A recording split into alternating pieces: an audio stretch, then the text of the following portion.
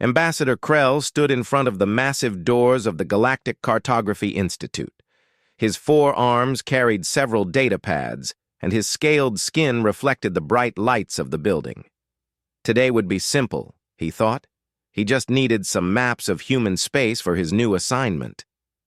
The doors opened with a soft hiss.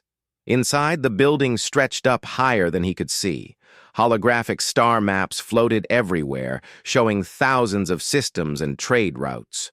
Workers from dozens of species moved between the displays, updating information and checking coordinates. A small insectoid creature approached him. Its many legs clicked on the floor. "Welcome to the Institute," it said in a high voice. "I am Chirik, the head cartographer. How may I help you today?" Krell smiled, showing his pointed teeth. "I need detailed maps of human territory. I have been appointed as the new ambassador to their space. I need star charts, colony locations, trade routes, everything you have." Chirik's antennae drooped. The small creature's body became very still. "Human space?" it asked quietly. "Yes, human space. The Sol system and their colonies. Surely you have this information. The Institute maps the entire galaxy." Chirik looked around nervously. Several other cartographers had stopped working and were watching them. "Ambassador, perhaps we should speak in my office?" They walked through several corridors. Krell noticed that other workers whispered as they passed. Finally, they entered a small room filled with data screens. Chirik closed the door and locked it. "Ambassador Krell, I must be honest with you. We do not have maps of human territory." Krell laughed. "That is impossible. The Institute has mapped every known civilization. You have maps of the Crothian Empire, which spans 3,000 systems. You have maps of the Zenthi trade networks. How can you not have maps of a single human region?" Chirik pulled up a holographic display. It showed the galaxy in beautiful detail. Stars, nebulas, trade routes, and territorial boundaries lit up the room. Then Chirik zoomed in on one section. There, surrounded by perfectly mapped space, was a large gray zone. The words, "Human-controlled space, exercise extreme caution," appeared in red letters. "This is all we have," Chirik said quietly. "No star positions, no colony markers, no details at all." Krell stared at the gray void. "But why?" "Who made this decision?" Chirik's antennae trembled. "The Institute did not make this decision, Ambassador. We simply do not have the data. No one does. Someone must have the data. The humans themselves must have maps of their own territory. Yes, they do, but they do not share them. And the Galactic Council has agreed not to ask for them." Krell felt anger rising in his chest. "This is ridiculous. I need these maps to do my job properly. I need to know where their colonies are, what routes to take, which systems are important. How can I be an ambassador to a place that does not exist on any map?" Chirik moved toward the door. "Ambassador, I have told you everything I know. I suggest you speak with your predecessor. Perhaps he can explain better than I can." The small creature unlocked the door and left quickly. Krell stood alone in the office, staring at the gray zone on the map. He had been a diplomat for 30 years. He had negotiated treaties with species that breathed methane. He had survived political games that would have killed lesser beings. But he had never encountered something like this. Back at his quarters that evening, Krell contacted Vessen, the previous ambassador to human space. The old Vaxian appeared on the screen, looking tired and worn. He had retired early from diplomatic service, which was unusual for someone with his experience. "Vessen, old friend, I need your advice," Krell began. Vessen's eyes widened. "You have taken my old position. I heard rumors, but I hoped they were not true. What is wrong with the position? The humans seem peaceful enough. Their trade agreements are fair. Why do you look so worried?" Vessen leaned closer to the screen. "Krell, listen to me carefully. Do your job well. Be respectful. Build good relationships with the humans, but whatever you do, do not ask about the maps." "The maps? You mean their territorial charts? But I need those for my work." "No, you do not. Trust me on this. Do not ask about their borders. Do not ask why the maps stop at their territory. Do not ask what they are hiding. Just do not ask." Krell felt frustrated. "Vessen, that is not an answer. I went to the Cartography Institute today. They have nothing. Just a gray zone where human space should be. How can I do my job without basic information?" Vessen's face became very serious. His voice dropped to almost a whisper. "Because the last 3 species who demanded answers no longer exist." The screen went dark. Vessen had ended the call. Krell sat in silence for a long time. 3 species gone. That could not be true, could it? He searched through historical records, looking for information about conflicts with humanity. He found very little. Humans had been part of the galactic community for almost a century. They were friendly, helpful, and fair in their dealings. They had never started a war. Their military was strong but not aggressive. But when he searched for species that had disappeared in the last century, he found 3. The Surveyor Collective, a race of explorers. The Boundary Seekers, a species obsessed with mapping every corner of space. And the Third Union, a political group that had pushed for open borders across all territories. All 3 had vanished within a 10-year period. No wars, no plagues, no explanations. Just gone. The coincidence made his blood run cold. 2 weeks later, Krell arrived at Gateway 7, the main human embassy station at the edge of their territory. The station was impressive, built with both human and alien technology. Ships from dozens of species docked at its many ports. A young human officer met him at the airlock. The human had short brown hair and wore a neat blue uniform. He smiled warmly and extended his hand. "Ambassador Krell, welcome. I am Lieutenant Jake Morrison. I will be your liaison officer during your stay." Krell shook the human's hand carefully. Human hands were so soft compared to his scales. "Thank you, Lieutenant. I am pleased to be here." Jake led him through the station, pointing out various facilities: the gym, the dining areas, the diplomatic offices, the observation decks. Everything was clean and well-maintained. Other humans they passed seemed friendly and relaxed. Several waved at Jake and greeted Krell warmly. As they walked onto an observation deck, Jake gestured toward the stars. "Beautiful view, is it not? You can see 3 different nebulas from here." Krell looked out at the cosmos. Somewhere out there, beyond this station, was human space. A mystery that no map could explain. A secret that might have cost 3 species their existence. Jake stood beside him, still smiling. "Welcome to the edge of the map, Ambassador. We hope you enjoy the mystery." The words sent a chill down Krell's spine. The edge of the map. Jake had said it so casually as if it were a joke. But Krell heard something else in those words. A warning, perhaps, or a promise.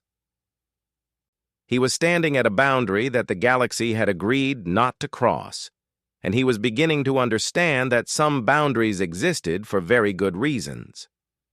Krell had been living on Gateway 7 for 3 weeks now. The station had become comfortable, almost like home. He had his own quarters with a good view of the stars. The food processors could make meals from his home world. The gravity was adjusted to match what his body needed. More importantly, he had made friends. Real friends, not just diplomatic contacts. Megan Palmer was the station's chief engineer. She was a tall woman with red hair that she always tied back in a ponytail. She had strong hands covered in small scars from years of working with machines. Krell often found her in the engine rooms, fixing something or teaching younger engineers. She laughed easily and spoke her mind without fear. "You worry too much," she told him one day while they shared lunch in the cafeteria. "Humans are not that complicated. We work, we eat, we sleep.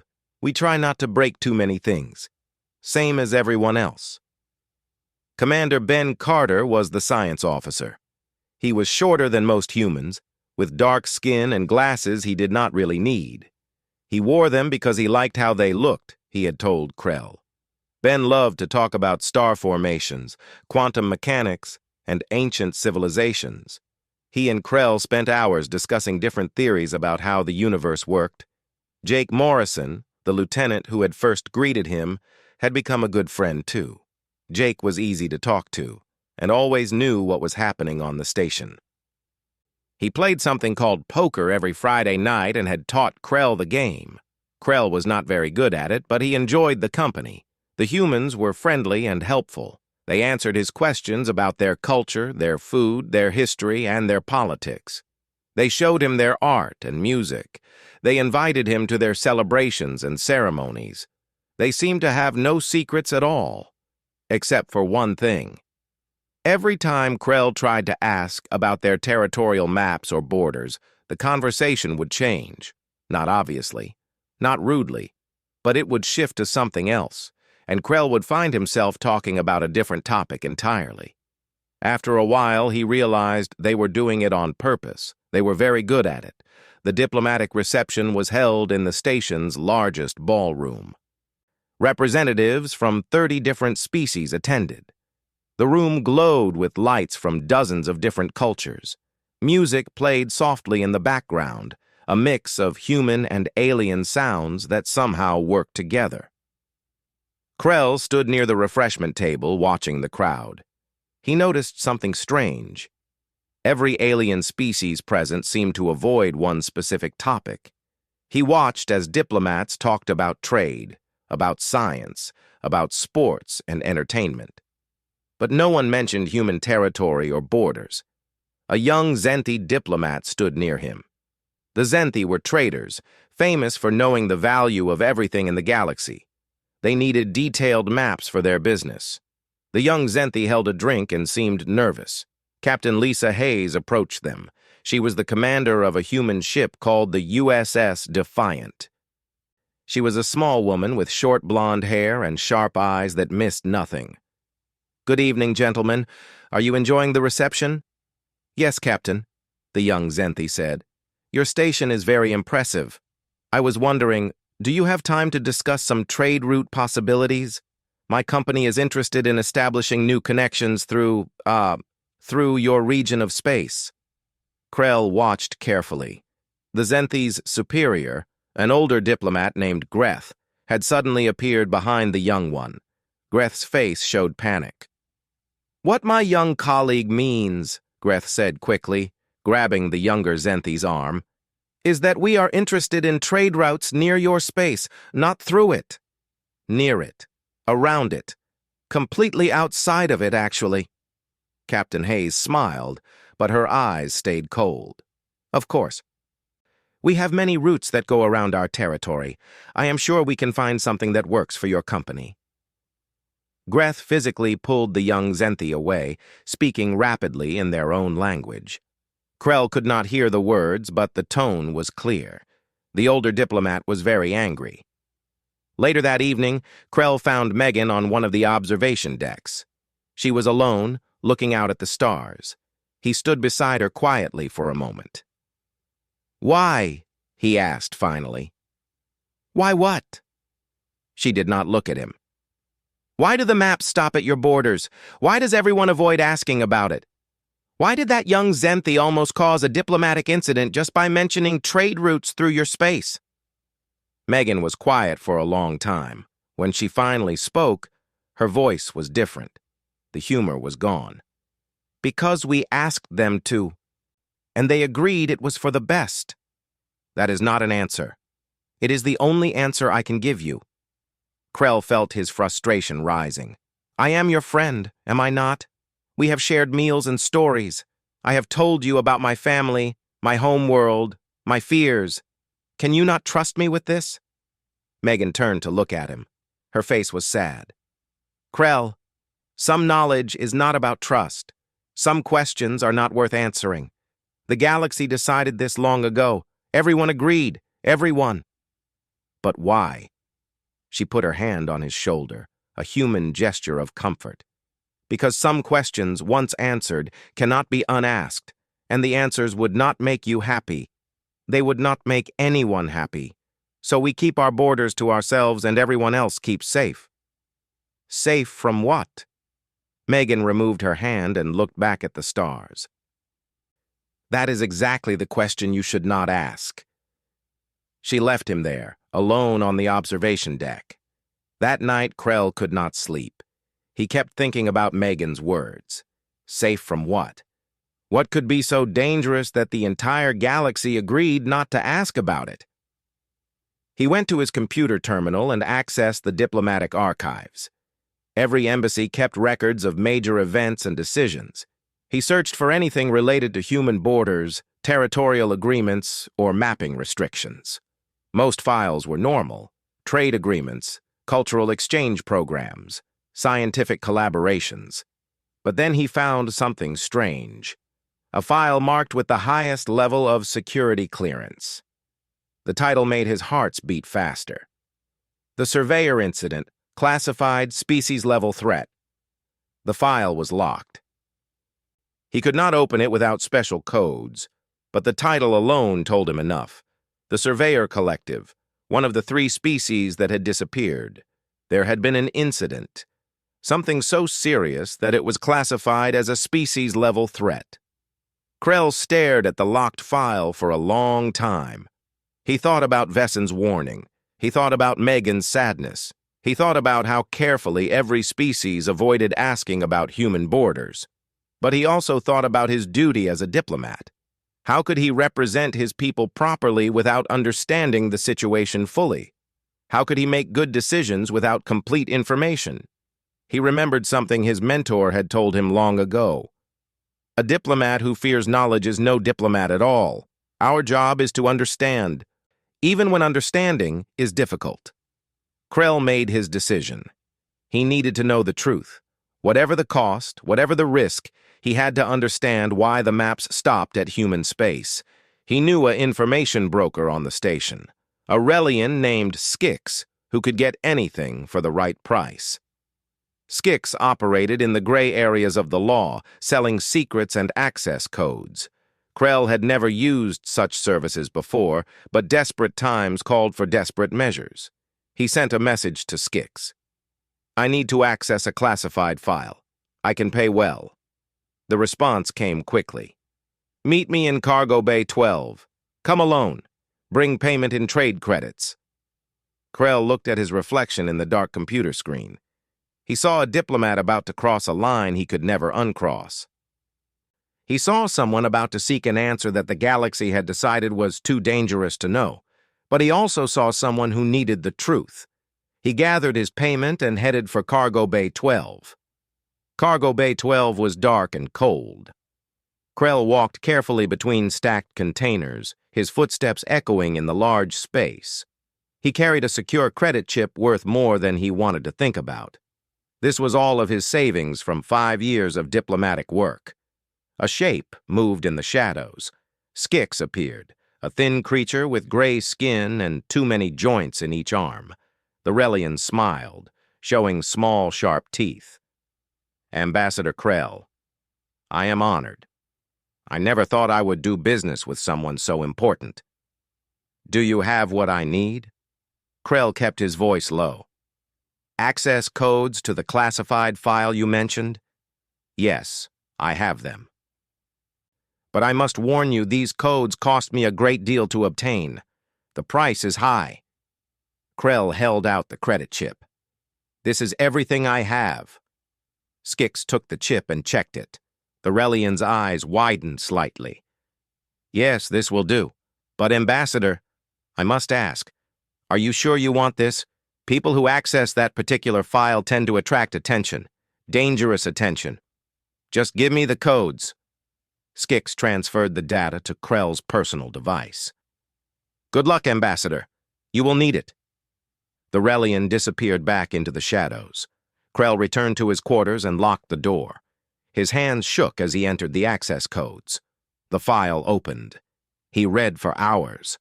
As he read, his blood grew colder and colder. 73 years ago, The Galactic Mapping Consortium made a decision. Human space was growing, but humans refused to share detailed maps of their territory. The consortium believed this was unfair. They believed that all space should be properly mapped and recorded. Knowledge should be free. So they sent Survey Fleet 7 into human space without permission. The fleet had 12 ships from 6 different species. The ships carried the most advanced scanning equipment in the galaxy. They could map a solar system in hours. They could detect colonies from light years away. They could chart everything. The fleet crossed into human territory on day 1. They transmitted data normally for 3 days. The maps they sent back showed the edge of human space. Strange readings appeared on their instruments, but nothing dangerous. They reported some unusual energy patterns, but continued forward. On day 4, all communication stopped. Every ship went silent at exactly the same moment. The consortium waited. They sent messages. They got no response. They contacted human authorities. The humans said they would investigate. 3 weeks later, something impossible happened. All 12 ships returned to their home ports at exactly the same time. The ships appeared suddenly with no warning. They just materialized in their docking bays as if they had never left. The crews were alive. All of them. Not a single being had been hurt. But something was wrong. Very wrong. Krell read the medical reports with growing horror. The crews moved together like one being. When one spoke, all spoke the same words at the same time. When one turned their head, all turned their heads. Different species, different languages, but perfect unity. They delivered a message. Every crew member, speaking in their own language, said exactly the same thing. "The map stops here. You have been warned." Then they collapsed. All of them, at the same moment. When they woke up, they were themselves again. But they had no memory of what happened inside human space. They remembered crossing the border and then nothing until they woke up back home. The medical teams found nothing physically wrong. No injuries, no diseases, no implants. But the psychological evaluations showed something terrifying. Every single crew member from every species had the same nightmares. They dreamed of standing on a bridge made of light. Below them, they saw civilizations being born and dying in seconds. Stars exploded and reformed. Galaxies spun like dust.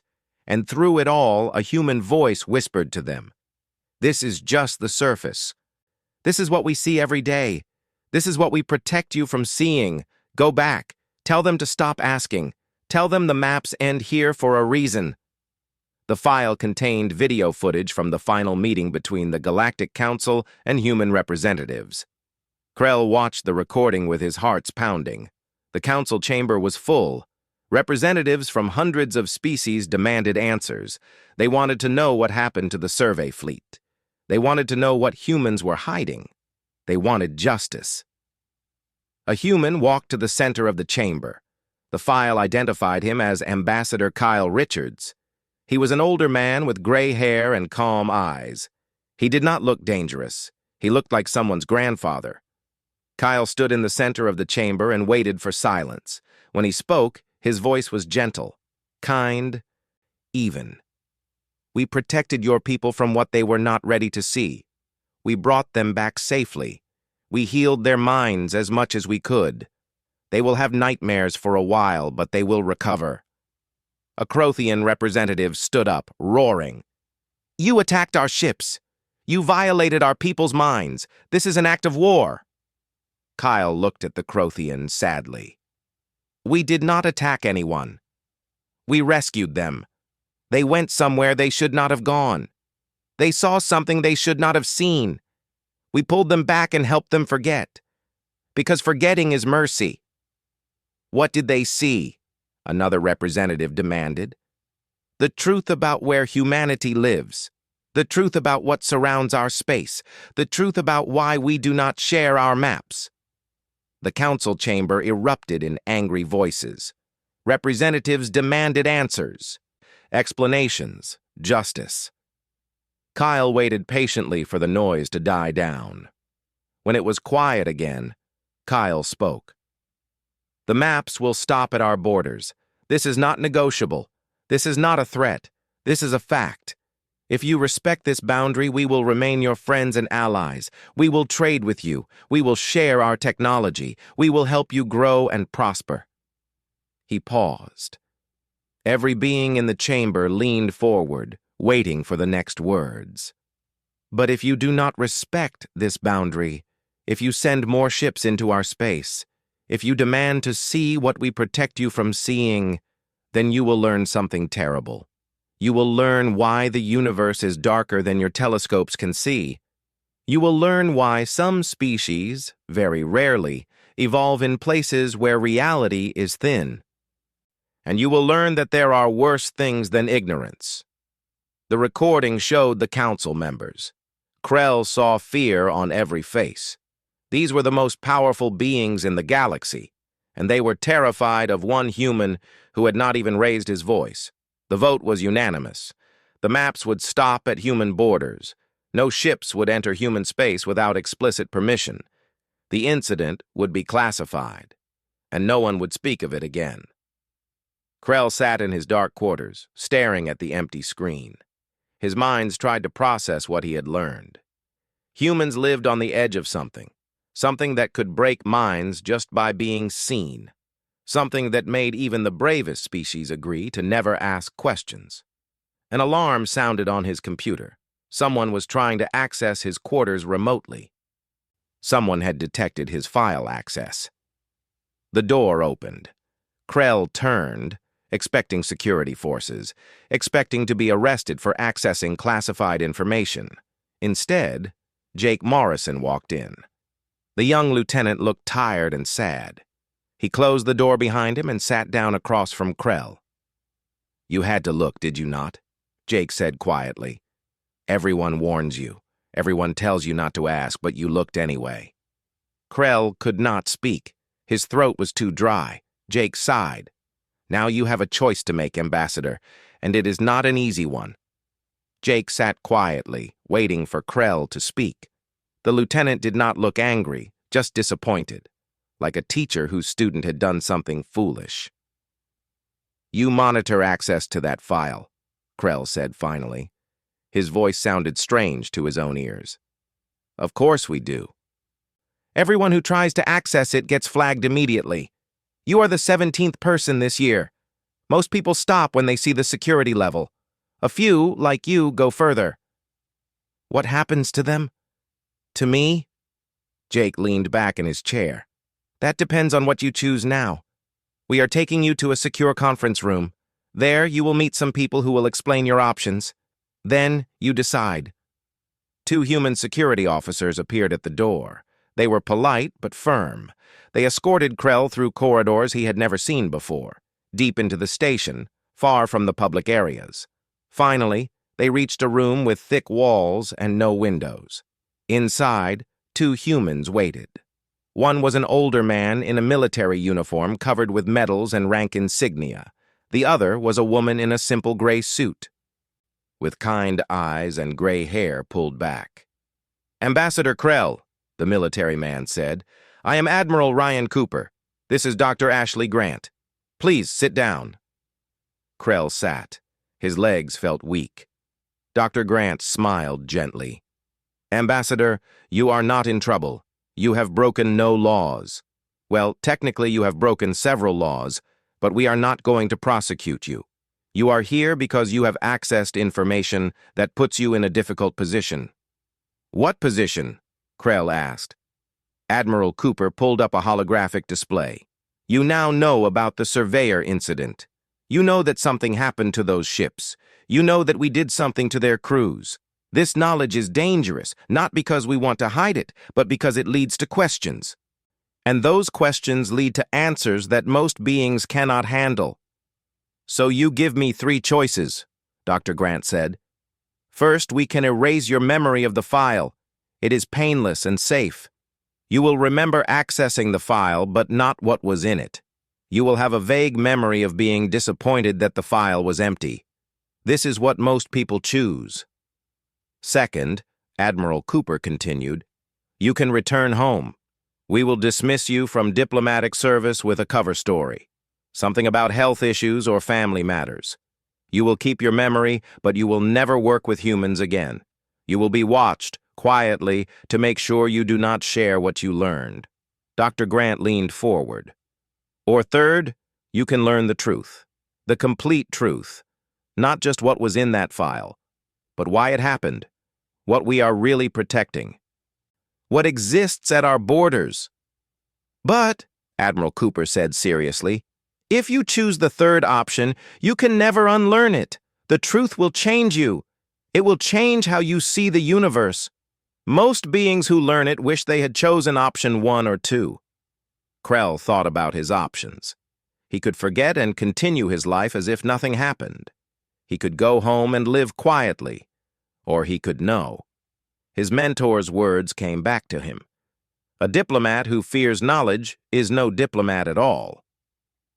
I want to know, Krell said. I choose option 3. Dr. Grant and Admiral Cooper looked at each other. The doctor nodded slowly. All right, but we do this carefully. Dr. Grant will supervise your exposure to the information. It will take time, weeks, maybe months. We have to introduce the concepts slowly, or your mind will reject them.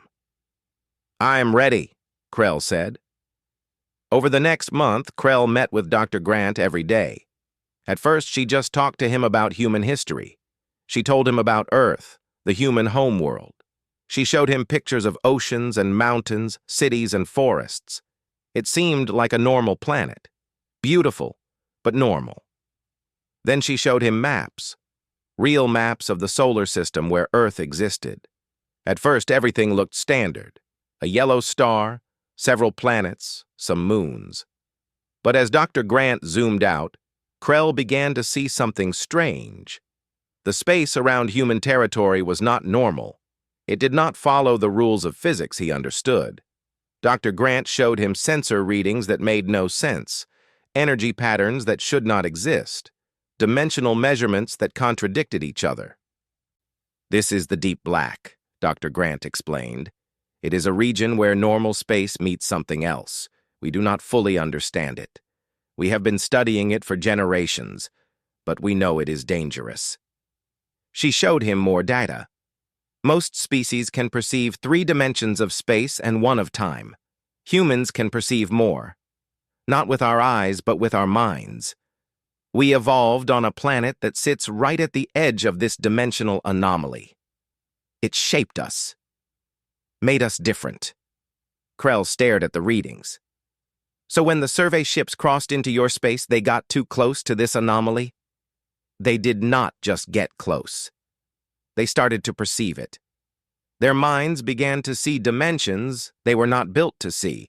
It is like forcing someone to see colors that do not exist.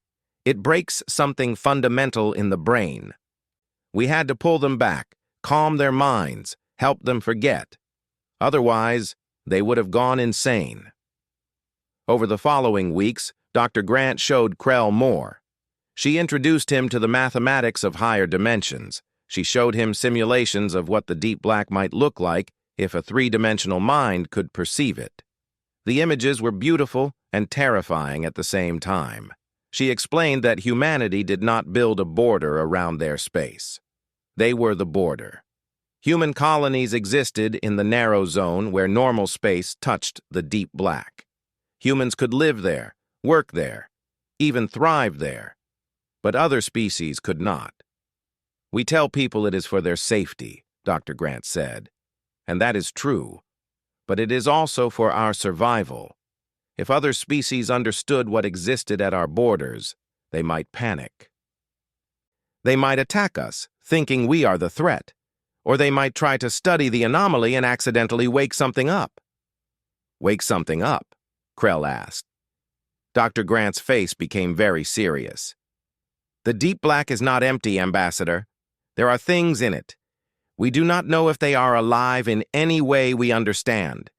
We do not know if they are intelligent, but we know they are there. And we know that if they ever fully cross over into normal space, it would be very bad for everyone. She showed him classified footage. human ships patrolling the dark regions beyond their official borders. Massive installations built in secret, monitoring the anomaly. Warnings going off when something in the deep black moved. "We have been watching for over 200 years, Dr. Grant said, since before we left Earth. Since before we met any alien species. We thought we were alone in the universe. Then we discovered we were guards, watching a door we did not know existed." Admiral Cooper joined them for the final briefing. He showed Krell a map of human deep space installations. Dozens of them hidden from galactic knowledge, each one staffed by volunteers who spent years in the darkness, watching sensors that detected impossible things. "This is why the maps stop at our borders," Admiral Cooper said. "Not because we are hiding territory or weapons. We are hiding the truth. We are hiding the fact that there is a crack in reality, and humanity is the only species standing in front of it." Krell looked at the map for a long time. All the mystery, all the secrecy, all the warnings, they were not about power. They were about protection. "Does the Galactic Council know this?" he asked. "The highest levels know some of it," Dr. Grant said. "They know enough to understand why we keep our borders closed. They made their peace with it long ago. The rest of the galaxy is happier thinking we are just secretive and paranoid." Admiral Cooper stood up. "There is one more thing you need to see, Ambassador. If you truly want to understand why we do this, you need to meet the people who stand watch in the dark." The transport ship was small and fast. It left Gateway 7 without any announcement, carrying only Krell, Admiral Cooper, Dr. Grant, and a small crew. They traveled for 3 days, moving deeper into human space. The stars outside grew stranger. Sensor readings became difficult to interpret. Krell felt uncomfortable, like something was watching him. "You are starting to sense it," Dr. Grant said. "Most non-human species can feel when they get close to the deep black. It is like a pressure at the back of your mind, an itch you cannot scratch. That feeling is why most aliens avoid human space. They do not know what causes it, but it makes them want to leave." They arrived at Deep Watch Station 7. From the outside, it looked like a standard human research station. But as they docked, Krell saw the massive sensor arrays pointing into darkness. He saw weapon systems that could destroy planets. He saw shields that glowed with power even in the empty void. Commander Nick Peterson met them at the airlock. He was a tall man with tired eyes and gray in his black hair. He looked like someone who had seen too much and slept too little. "Admiral, Doctor, Ambassador Krell. Welcome to the edge of everything." The station was quiet inside. The crew moved efficiently, speaking in low voices. Everyone seemed focused, alert. Krell noticed that most of them were young. He asked Dr. Grant about it.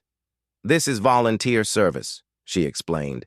"People sign up for 5-year rotations. Most do 1 rotation and never come back. Some do 2. A very few make it their life's work. Commander Peterson is on his 4th rotation. He is one of our most experienced watch commanders." Nick led them to the command center. It was a large room filled with displays showing data that Krell could barely understand. Numbers scrolled past, measuring things he had no names for. Alarms beeped softly, constantly. "This is what we do," Nick said, gesturing to the displays. "We watch, we measure, we wait. Most days, nothing happens. The deep black just sits there, existing. But some days, things change. Energy spikes, dimensional fluctuations, movement." "Movement?" Krell asked. Nick pulled up a recording. It showed sensor data from 2 months ago. The readings were stable for hours, then suddenly they spiked. Something had moved in the deep black. Something big. "We detected this anomaly at 0300 hours, Nick explained. "We went to full alert. We armed all weapons. We prepared for possible incursion into normal space. Then after 4 hours, it stopped moving. It went back to wherever it came from. We stood down." "What was it?" Krell asked. "We do not know. We never know. The deep black does not follow our rules. Things exist there that should not be possible. They move in ways that make no sense. Sometimes they seem curious about us. Sometimes they seem hostile. Mostly, they just exist, and we watch them. Over the next week, Krell stayed at the station. He watched the crew work. He saw them respond to 3 different alerts. Each time they moved with practiced efficiency. Each time the threat passed without crossing into normal space. Each time they breathed a little easier when it was over. He met the crew members. They came from all over human space. Some were military, some were scientists, some were just people who felt called to serve. They told him about their work, their fears, their hopes. A young woman named Katie Brooks explained why she volunteered. My grandfather was on one of the first watch stations. He spent 10 years out here. When I was little, I asked him why he did it. He said someone had to stand between the light and the dark. Someone had to watch the door. I understood what he meant when I got older. This is important work, maybe the most important work anyone can do. Another crew member, an older man named Carlos Diaz, had a different perspective. I came out here because I was curious. I wanted to see the deep black for myself. I thought I would do my 5 years and leave. But something happens when you spend time out here. You start to understand how fragile everything is. Normal space, all those civilizations, all those beings living their lives. They have no idea how thin the wall is, how easily it could all fall apart. Now I cannot leave. Someone has to watch. Commander Nick took Krell to the observation deck one evening. Through the reinforced windows, space looked wrong. The stars were dimmer somehow. The darkness was deeper. Krell felt that pressure in his mind growing stronger. "Do you see it?" Nick asked quietly. "The edge of the deep black is out there about 2 light years away. Most species cannot see it. But you have been here long enough. Your mind is starting to adapt. Look carefully. Do you see where the stars seem to bend?" Krell looked. At first, he saw nothing. Then slowly, he noticed it. A subtle warping of space. A place where the stars seemed to curve around something invisible. Something vast. "That is what we guard," Nick said. "That is why the maps stop at human borders. Because beyond our space, reality breaks down. And in that broken space, things exist that would drive most species mad just by being perceived." "How do you do it?" Krell asked. "How do you stay here watching that, knowing what could happen?" Nick smiled, but it was a sad smile. "Because someone has to. Because we can. We evolved next to this thing. It shaped us, made us able to perceive dimensions that should not exist. Maybe that was random. Maybe it was intentional. Maybe something wanted guards, and we were the answer. We will probably never know. But we are here now, and the job needs doing." On his last day at the station, Krell attended a shift change ceremony. A transport ship arrived with new crew members, fresh and eager. The crew finishing their rotation, prepared to leave. They looked older than they should, worn down by years of vigilance. Commander Nick gave a short speech. "You have served with honor. You have stood watch in the dark places. You have protected everything and everyone, and almost no one will ever know. But we know, and that is enough. Thank you." The departing crew saluted and left. The new crew took their positions. The watch continued, as it had for generations, as it would for generations to come. Krell returned to Gateway 7 a different being. Dr. Grant checked his mental state every day for 2 weeks. Slowly, she confirmed that he had processed what he learned without serious damage. He was one of the lucky ones. 3 months after he first accessed that classified file, Krell stood before the Galactic Council. He delivered his report on human relations and diplomatic recommendations. His words were carefully chosen, reviewed in advance by Dr. Grant and Admiral Cooper. "I recommend that our current policies regarding human space remain in place," he said to the assembled representatives. "The maps should continue to stop at their borders. We should not ask questions about their territorial details. We should not send unauthorized ships into their space. These policies are not based on fear or submission. They are based on practical wisdom. A council member objected. But Ambassador, how can we trust a species that hides so much? How can we build true friendship without transparency? Krell looked at the council member. They are not hiding from us.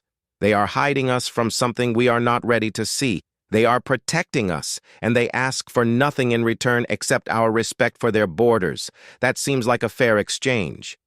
The vote was unanimous. The old policies would continue. Back in his office that evening, Krell looked at a star map on his wall. The gray zone marking human space did not look mysterious anymore. It did not look threatening.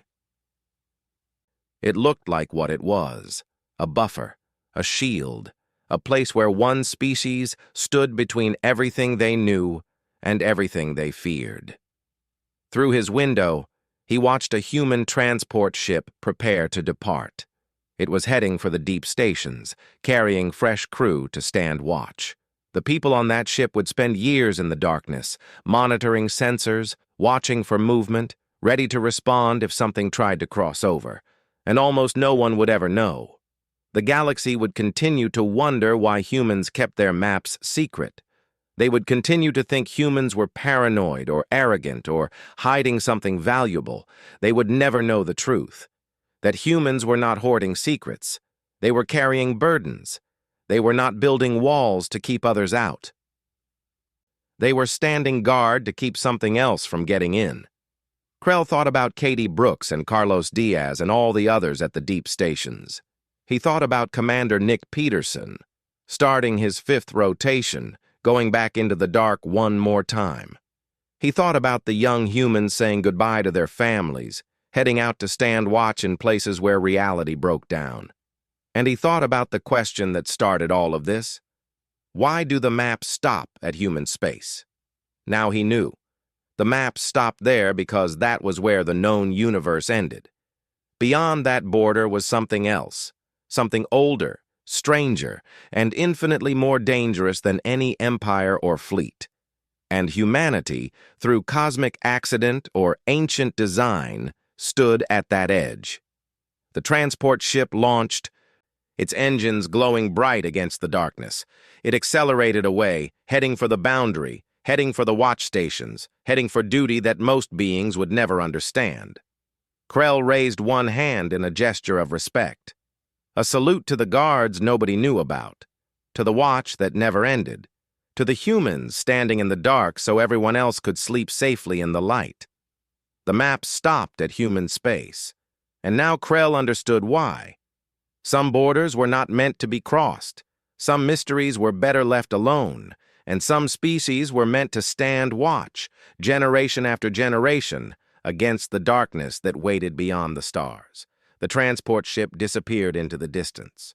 The watch continued, and the galaxy remained safe, never knowing how close danger really was, or how thin the wall between them and the deep black had always been.